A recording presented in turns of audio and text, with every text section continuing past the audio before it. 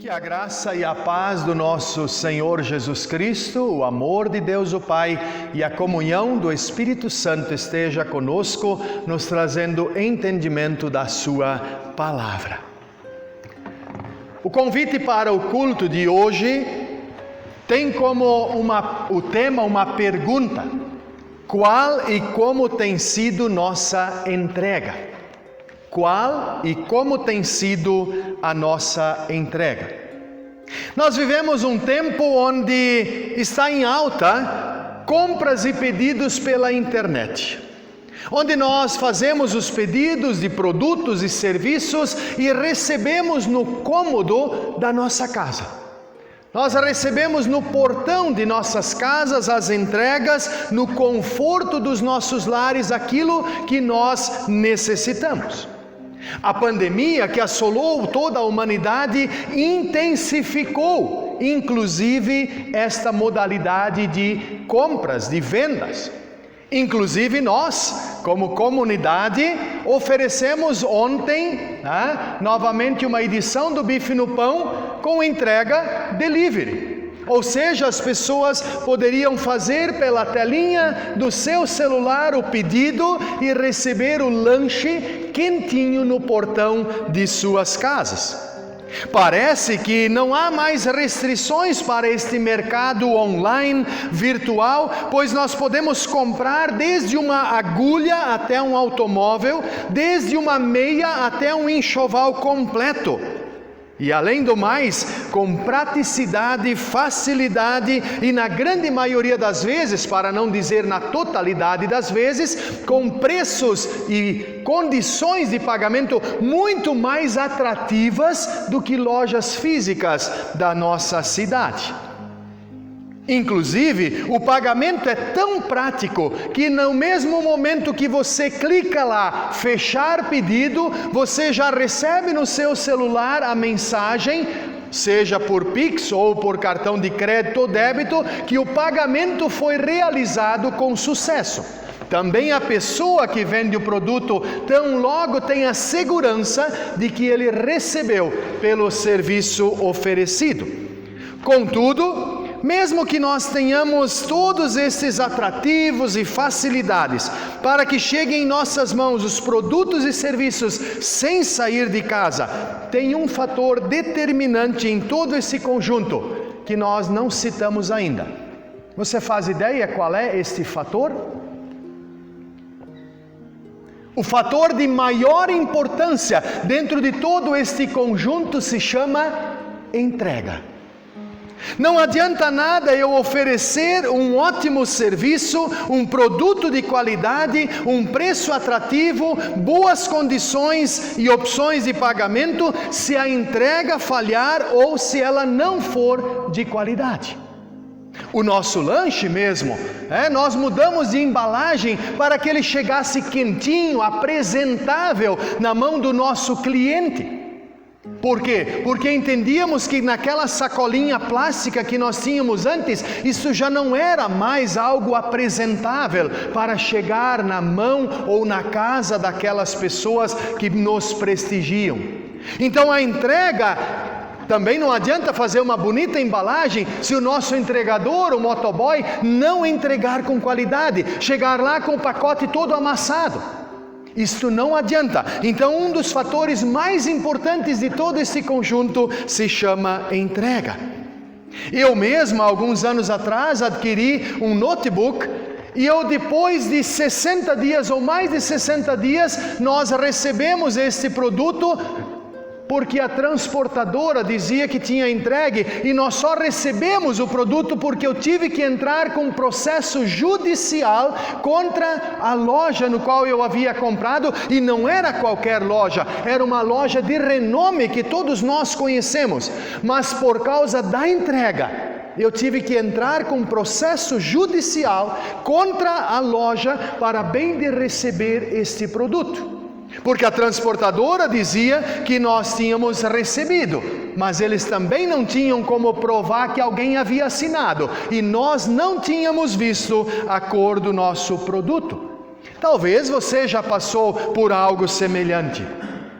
Recentemente, agora na semana passada, eu fiz novamente uma compra pela internet de alguns produtos, e apesar de que na hora de fechar a compra dizia lá que em 4 dias eu receberia o produto, eu fiz a compra numa tarde, no outro dia de manhã tocou o interfone e lá estava já a nossa entrega. Não em 4 dias, mas no dia seguinte. Mas por bem pouco eu devolvi a minha encomenda. Por quê? Porque a transportadora que entregou o nosso produto, eu sei que a empresa que eu comprei, a loja que eu comprei, que já não é a primeira compra, eles têm todo um cuidado de embalar muito bem o produto. Eu conheço o trabalho deles, mas na hora da entrega, todas as caixas, todas as 4 caixas estavam rasgadas. Estavam amassadas, e eu só não fiz a devolução, porque eu percebi que os produtos estavam intactos. Com isso eu estou querendo dizer de que não adianta uma empresa oferecer um bom produto, bom preço, facilidade de pagamento, se a entrega não funcionar, ou se a entrega não acontecer, ou se a entrega atrasar. Por isso, amados e amadas, quando a entrega falha, pode colocar todo o conjunto a perder. Por isso nós devemos nos perguntar, qual e como tem sido nossa entrega? Talvez você pergunte, mas o que isto tem a ver conosco neste domingo, pastor?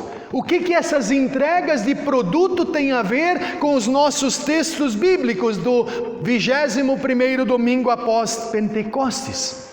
Os textos bíblicos para esse final de semana que nós acabamos de ouvir têm como pano de fundo nada mais, nada menos do que a entrega.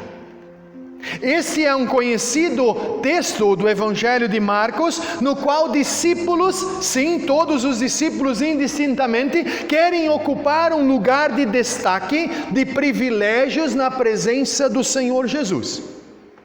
Apesar de que o texto inicia dizendo que Tiago e João fazem um pedido para Jesus, e um pedido bem ousado, no versículo 37 diz: quando o Senhor sentar-se no trono do seu reino glorioso, deixe que um de nós se sente à sua direita e o outro à sua esquerda.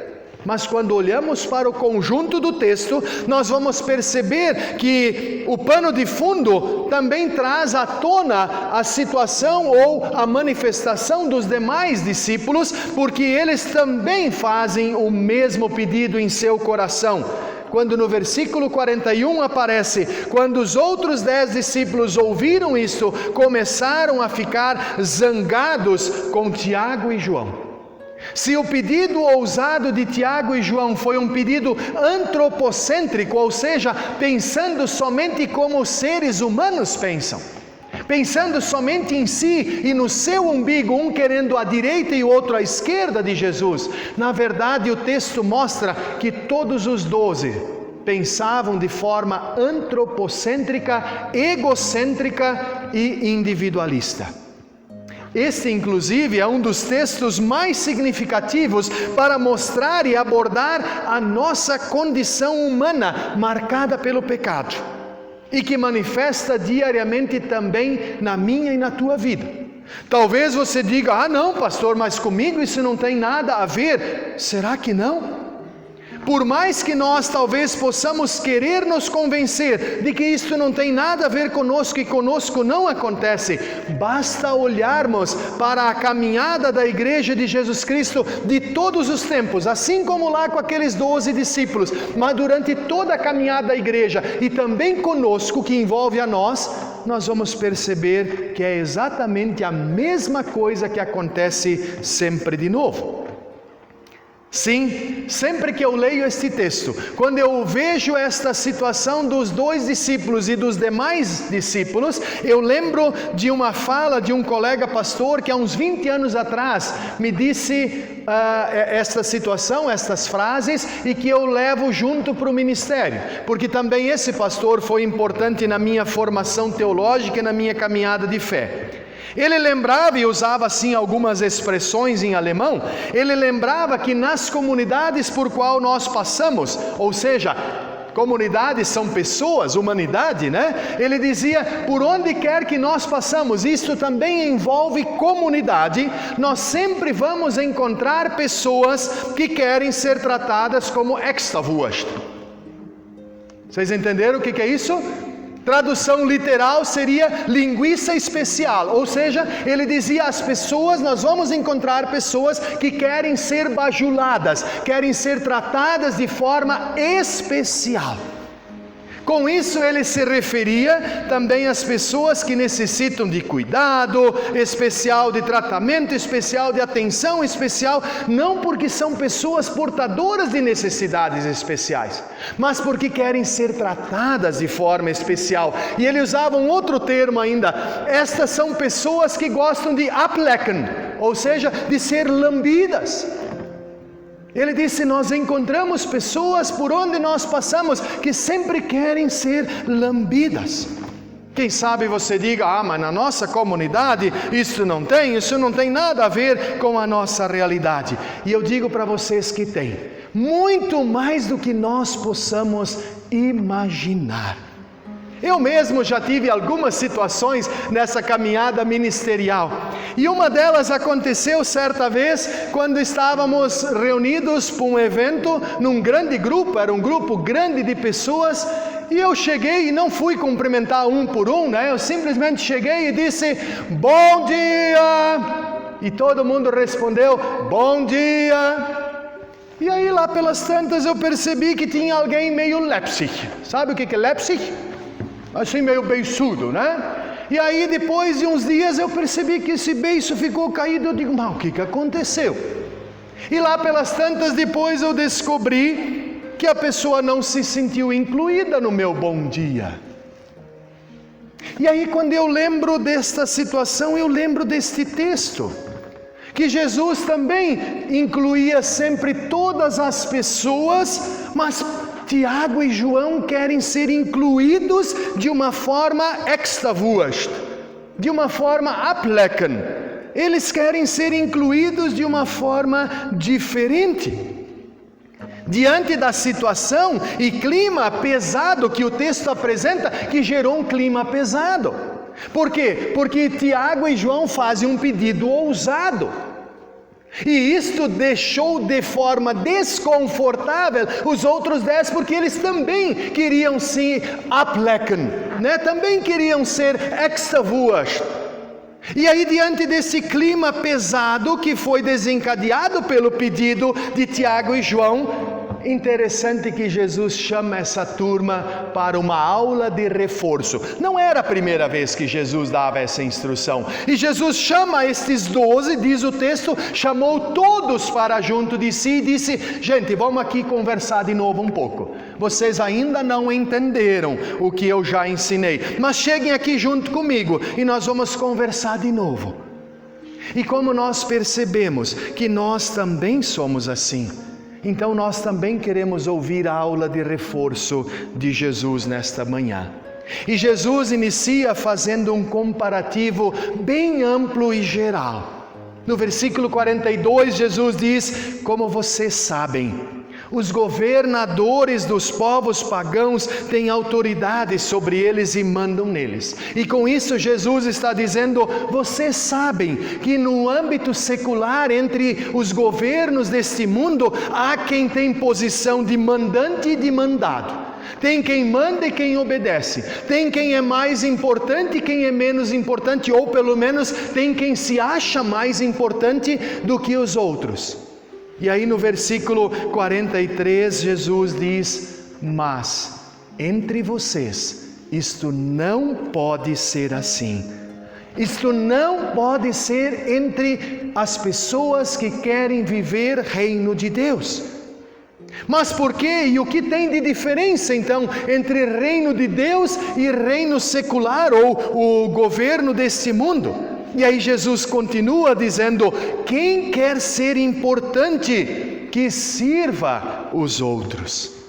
Puxa vida! Quem quer ser importante, que sirva os outros.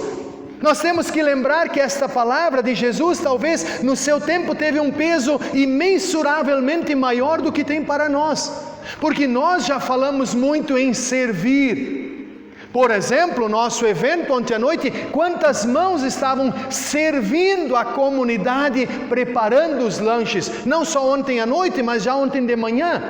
Mas quando Jesus fala, quem quer ser importante que sirva, nós temos que lembrar de todo o contexto do tempo de Jesus, que servir mesas e outras coisas só estava reservado para mulheres que não tinham voz ativa nenhuma na sociedade, para crianças que não eram consideradas gente até os 12 anos e para os escravos. Para estes estava reservado o servir. E Jesus diz: quem que quer ser importante, seja aquele que sirva. E aqui o pano de fundo está aquilo que ele fez no lava-pés. Porque quando alguém era para servir a mesa, estava incorporado também lavar os pés das pessoas que vinham da rua empoeiradas, para antes da refeição ter a mesa posta, os pés lavados e ainda servir durante a refeição. E Jesus está olhando para os discípulos e está dizendo: quem quer ser importante, seja aquele que se humilhe, que pegue a bacia de água, que lave os pés das pessoas, que preparem a comida, ou seja, que faça tudo isso. Em outras palavras, Jesus está dizendo: sirvam. Só que Jesus vai um pouco mais longe. Ele não quer deixar somente um simples servir. E ele diz: quem quer ser importante, que sirva os outros. E aí ele diz que seja também escravo de todos. Ser escravo no tempo de Jesus significava reverenciar-se diante do seu Senhor. Principalmente quando um escravo desobedecia às ordens do seu senhor, sabe qual era a posição que ele teria que se colocar na presença do seu senhor? O seu senhor estava de pé e ele tinha que vir ajoelhar-se, encostar o rosto no chão, porque era a postura de alguém indefeso, que se colocava nas mãos do seu senhor, e se a este senhor queria, ou pudesse, ele poderia fazer isso, se esse senhor quisesse decapitar a sua cabeça por sua desobediência, ele poderia fazê-lo sem que o escravo reagisse. Ou então o seu senhor poderia proferir o perdão daquilo que ele havia realizado. E Jesus diz: quem quer ser importante, quem quer ter alguma posição, seja aquele que sirva, e sirva como um escravo. Em outras palavras, Jesus quer levar os discípulos a abrirem mão da ideia do extrawurst, ou de serem aplaken, para ir muito além de servir, mas entregar-se em postura de um escravo, na e sob a condução do seu Senhor. E para clarear mais do que um dia ensolarado, Jesus fala mais uma vez, inclusive da sua função, do seu ministério, da sua missão neste mundo. Jesus não só diz: vocês devem servir, façam o que eu estou mandando. Jesus não disse isso. No versículo 45, Jesus diz: porque até o Filho do Homem não veio para ser servido, mas para servir e dar a sua vida para salvar muita gente. Em outras palavras, Jesus está dizendo: eu não vim para ser um extrawurst e nem para ser lambido, mas eu vim para servir. Lançando nosso olhar para a leitura complementar de hoje, que é do profeta Isaías, nós vamos perceber que este servir de Jesus não foi um simples servir, mas foi um servir com a sua própria vida. E neste texto de Isaías nós vamos lembrar o que isso representou e representa para nós ainda hoje. O profeta Isaías lembra que Jesus é o servo sofredor, que ele cita que ele mesmo se entregou a si mesmo como sacrifício. Ele entrega tudo em favor da humanidade, assumindo sobre si, sobre os seus ombros, as nossas culpas. Sim, a minha culpa, a tua culpa, a culpa da humanidade. O profeta Isaías coloca também que ele assume as nossas maldades, as nossas injustiças. Também este nosso individualismo, esse nosso egocentrismo, esse antropocentrismo que sempre quer se colocar no lugar de Deus. Jesus assumiu sobre si tudo isto. Ele entrega a sua justiça e pega a nossa injustiça. Ele assume aquilo que tem de injusto na nossa vida e nos justifica, ou seja, nós somos transformados em pessoas justas por causa do perdão dos nossos pecados. Como bem nos lembra o apóstolo Paulo na carta aos Gálatas, que Jesus Cristo a si mesmo se entregou pelos nossos pecados. A entrega de Jesus, como eu falei antes, o pano de fundo desses textos é a entrega, e a entrega de Jesus não aconteceu com embalagem rasgada, nem com atraso e muito menos mentirosa ou fictícia dizendo que foi feita a entrega, mas não aconteceu. Muito menos precisou de um processo judicial para receber esta entrega, mas lá na carta do autor dos Hebreus, a carta aos Hebreus diz que já não tem mais necessidade do sacerdote oferecer todos os dias sacrifícios, primeiro por os seus próprios pecados, depois pelos pecados do povo, porque Jesus Cristo fez isto uma vez por todas, quando a si mesmo se ofereceu. A entrega de Jesus não foi qualquer entrega. Também não é necessário, para a gente receber essa entrega, entrar com processo judicial. Pelo contrário, Deus quer entregar diariamente para nós esta entrega do seu próprio Filho, este perdão, esta graça, esta proposta de vida e salvação. E quando nós recebemos esta entrega de Deus em nossas vidas, então Ele nos liberta do pecado, da morte e do poder do diabo, que inclusive faz com que eu e você diariamente tenhamos atitude como de Tiago e de João.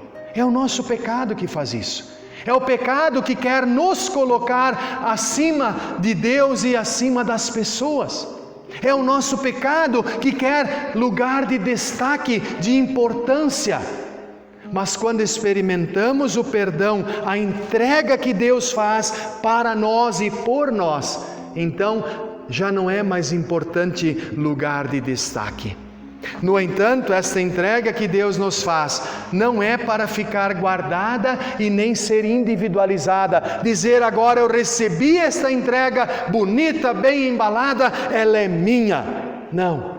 A entrega que Jesus Cristo nos faz da proposta do reino de Deus, ela deve ser multiplicada, ela deve ser partilhada. E isto em atitudes de serviço, de amor ao próximo. Sabem por quê? Jesus termina aqui dizendo: para salvar a vida de muita gente. Isaías nos lembrou de que Jesus tomou, carregou, recebeu sobre si nossas falhas, pecados, maldades, castigos e assim por diante. E a pergunta que temos que nos fazer: nós temos entregado tudo isto a Ele? Nosso pecado, nossas maldades, nossas falhas, nossas limitações, também nosso sentimento de às vezes querer ser extrawurst. Quando reconhecemos nossos pecados, falhas e limitações, nós nos colocamos então na presença de Jesus Cristo como escravos, ou seja, nós nos colocamos indefesos diante dele, de joelho, de cabeça no chão, dizendo: Senhor, nós somos teus, nós estamos entregues em tuas mãos, sob o teu senhorio.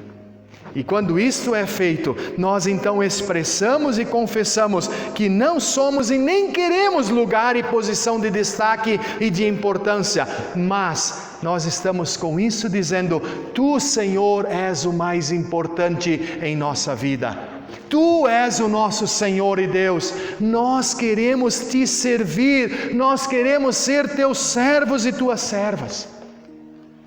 Na aula de reforço de Jesus aos discípulos, ele orienta e os lembra da tarefa a eles retribuída e atribuída, ou seja, servir não de qualquer jeito, mas servir a seu exemplo. Por isso, amados e amadas, temos que nos perguntar novamente nesta manhã: qual e como tem sido nossa entrega? Nós temos entregado aquilo que de Deus recebemos em e por meio de Jesus Cristo? Nós recebemos uma baita encomenda, nós recebemos um baita pacote, contendo nele perdão dos pecados, vida e salvação. Nós temos entregado isto? Nossa entrega tem servido aos outros? Nossa entrega está no prazo ou está atrasada? Ou talvez ainda engavetada e alguém está esperando esta entrega? Ela está com a embalagem e o conteúdo intacto ou correto? As pessoas recebem o que Deus pede que eu e você entreguemos? Eu e você recebemos um baita presente, uma baita encomenda. Mas ela não é para ficar para nós, ela é para ser distribuída. Eu e você entregamos? Eu finalizo com as palavras do apóstolo Paulo na carta aos Coríntios. Lá ele diz: vos entreguei o que também recebi, que Cristo morreu pelos nossos pecados, segundo as Escrituras, e que foi sepultado e ressuscitou ao terceiro dia. Paulo lembra: eu entreguei para vocês o que eu também recebi. Agora eu vou usar uma gíria bem jovem. Bora lá, gente! Vamos fazer entregas? Eu e você recebemos a entrega que Jesus nos confiou, mas nós somos entregadores dele neste mundo. Que Deus nos abençoe e conduza hoje e sempre a partir da sua palavra, que nos gerou pela palavra da verdade. Que Ele nos abençoe com esta palavra, para que nunca nos falte o conhecimento desta entrega que Ele fez por mim, por você e por toda a humanidade. Mas que com seu Santo Espírito Ele nos motive e nos anime a cada dia para sermos seus entregadores fiéis, cuidadosos, para que a embalagem não seja alterada, modificada ou rasgada, mas que tal qual recebemos, possamos entregá-la. Para quê? Para que muitas vidas possam ser salvas a partir desta entrega que Deus fez em Jesus Cristo por nós. Que Deus assim nos abençoe e guarde hoje e sempre. Amém. Convido assim a respondermos à palavra da qual nós ouvimos e que nos desafia. Eu creio que esta palavra não desafia somente a mim, ela desafia também a ti. Mas também ela nos chama a um compromisso. E também quando nos chama a um compromisso, nos diz o privilégio que nós temos. Queridos e queridas, Deus nos chama para sermos seus entregadores. E o produto que nós vamos entregar não é qualquer produto perecível. É um produto de valor imensurável. Por isso eu e você temos o privilégio de dizer: Deus, nós cremos em Ti e queremos ser Teus entregadores. Por isso confessemos nossa fé com as palavras do credo apostólico. Creio em Deus Pai Todo-Poderoso, Criador do céu e da terra, e em Jesus Cristo, Seu Filho unigênito, nosso Senhor, o qual foi concebido pelo Espírito Santo, nasceu da Virgem Maria, padeceu sob o poder de Pôncio Pilatos, foi crucificado, morto e sepultado, desceu ao mundo dos mortos, ressuscitou ao terceiro dia, subiu ao céu e está assentado à direita de Deus Pai Todo-Poderoso, de onde virá para julgar os vivos e os mortos. Creio no Espírito Santo, na Santa Igreja Cristã, a comunhão dos santos, na remissão dos pecados, na ressurreição do corpo e na vida eterna. Amém. Que Deus assim ouça, receba a nossa confissão, mas que também firme os nossos passos para a nossa caminhada. Amém.